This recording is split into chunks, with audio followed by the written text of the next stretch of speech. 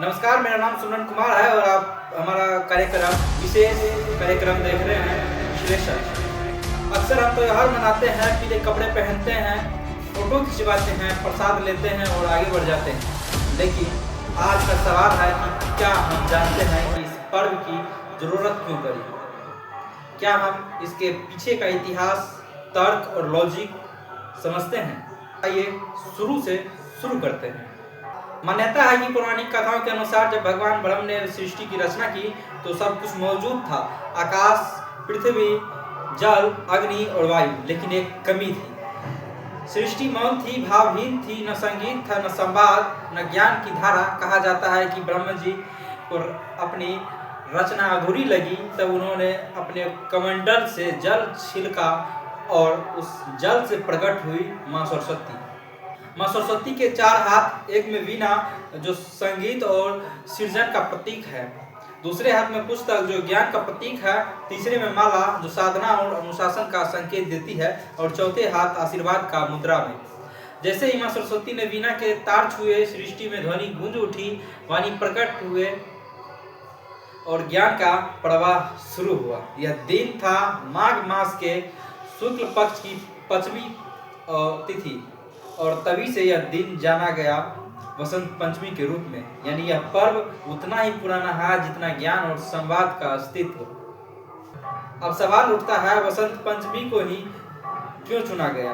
दरअसल यह पर्व केवल धार्मिक नहीं बल्कि प्रकृति और वैज्ञानिक भी है। भारत में इस समय कड़ाके की ठंड धीरे धीरे विदा लेती नजर आ रही है। प्रकृति एक नई ऊर्जा के साथ जगती है, पैरों में नए कोबले आती हैं, खेतों में सरसों की पीली चादर बिछ जाती हैं और मौसम में हल्की गर्माहट महसूस होती है। इसी कारण वसंत को कहा गया है ऋतुराज वसंत, यानी ऋतुओं का राजा वसंत पंचमी। वसंत पंचमी उस परिवर्तन का उत्सव है जब प्रकृति जड़ से सृजन की ओर बढ़ती है। बात करते हैं पीले रंग की। हर तरफ पीले कपड़े, पीले फूल और पीले पकवान, लेकिन पीला ही क्यों?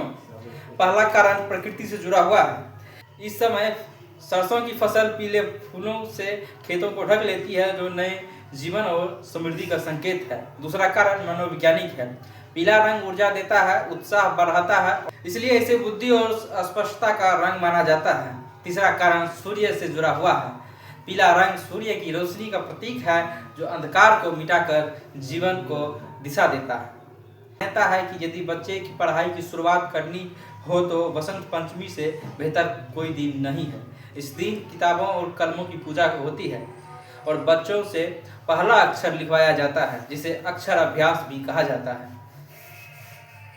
माना जाता है कि इस दिन की शुरुआत की गई शिक्षा दीर्घकाल तक फल देती है। सरस्वती पूजा केवल छात्रों तक सीमित नहीं, यह पर्व संगीतकारों, कलाकारों, लेखकों और पत्रकारों का भी है। माँ सरस्वती की वीणा, पुस्तक और माला हमें यह संदेश देती है कि ज्ञान, कला और साधना तीनों का संतुलन ही सच्ची विद्या है। आज के दौर में ज्ञान सिर्फ किताबों तक सीमित नहीं रहा, वह मोबाइल स्क्रीन और सोशल मीडिया पर भी उपलब्ध है। लेकिन असली सवाल यह है कि क्या हम यही जानकारी सुन पा रहे हैं? क्या हम तथ्य और अफवाह में फर्क कर पा रहे हैं?